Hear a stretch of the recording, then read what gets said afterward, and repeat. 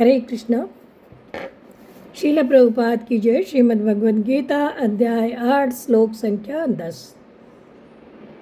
प्रयाण काले मनसा चलेन भक्त्या युक्तो योगबलेन चैव भ्रूर्मध्ये प्राणमावेश्य सम्यक् सतं परं पुरुषमुपेति दिव्यम्। अर्थात भगवान कह रहे कि मृत्यु के समय जो व्यक्ति अपने प्राण को भौं के मध्य में स्थिर कर लेता है और योग शक्ति के द्वारा अविचलित मन से पूर्ण भक्ति के साथ परमेश्वर के स्मरण में अपने को लगाता है, वह निश्चित रूप से भगवान को प्राप्त होता है। इस श्लोक में स्पष्ट किया गया है कि प्रयाण काले यानी अंतिम समय में, मृत्यु के समय में मन को भगवान की भक्ति में स्थिर करना चाहिए। तो जो लोग योगाभ्यास करते हैं उनके लिए संस्तुति की गई है कि किस प्रकार से प्राणों को भौं के बीच में स्थिर करके अपने मन को परम तत्व में लगाएं। तो भगवान कह रहे हैं, यहाँ बताया गया प्रयाण काले मनसा चलेने भक्त्या।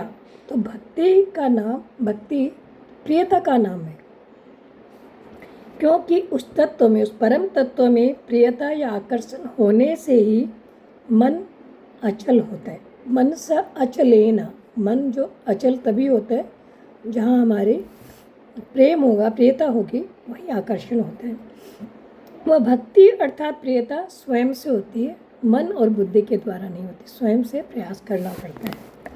तो अंत काल में वो जो पिछले श्लोक में बताया, कवि, पुराण, अनुशासिता आदि विशेषणों से कहे गए भगवान के स्वरूप में मनुष्य का मन का स्थिर हो जाना अर्थात आदर पूर्वक दृढ़ हो जाना ही मन का अचल होना है।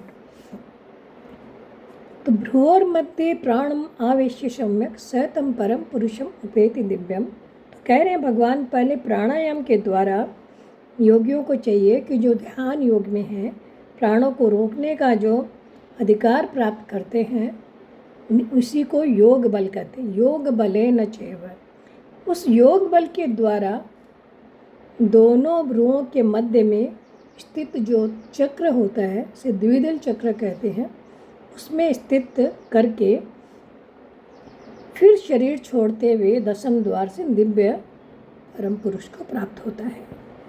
तो जो योगी लोग होते हैं इसी तरह से अपने प्राणों को ऊपर की ओर लाकर फिर जो 10वां चक्र है, सहस्त्र चक्र, यहाँ से अपने प्राण शरीर को छोड़ते हैं और फिर इस भगवान के चिंतन में रहने के कारण दिव्य परम पद को प्राप्त होते हैं। यहाँ पर तम परम पुरुषम उपेति दिव्यम पद का तात्पर्य है कि जिस परमात्मा तत्व के पीछे के जिस परमात्मा तत्व के बारे में पिछले श्लोक में वर्णन हुआ था, उसी दिव्य परम पुरुष को वह प्राप्त हो जाता है। तो ये 60 चक्र विधि, 60 चक्र होते हैं हमारे शरीर में। इन जो योगी होते हैं धीरे धीरे एक चक्र से नीचे वाले चक्र से अपने प्राणों को उठाते ऊपर लाते हैं और फिर दोनों भ्रुओं के मध्य स्थित करके फिर सहस्त्रास्त्र चक्र जो होता है हमारे सिर के ऊपर, उसके द्वारा अपने प्राण छोड़ते हैं या इस शरीर का त्याग करते हैं। हरे कृष्णा।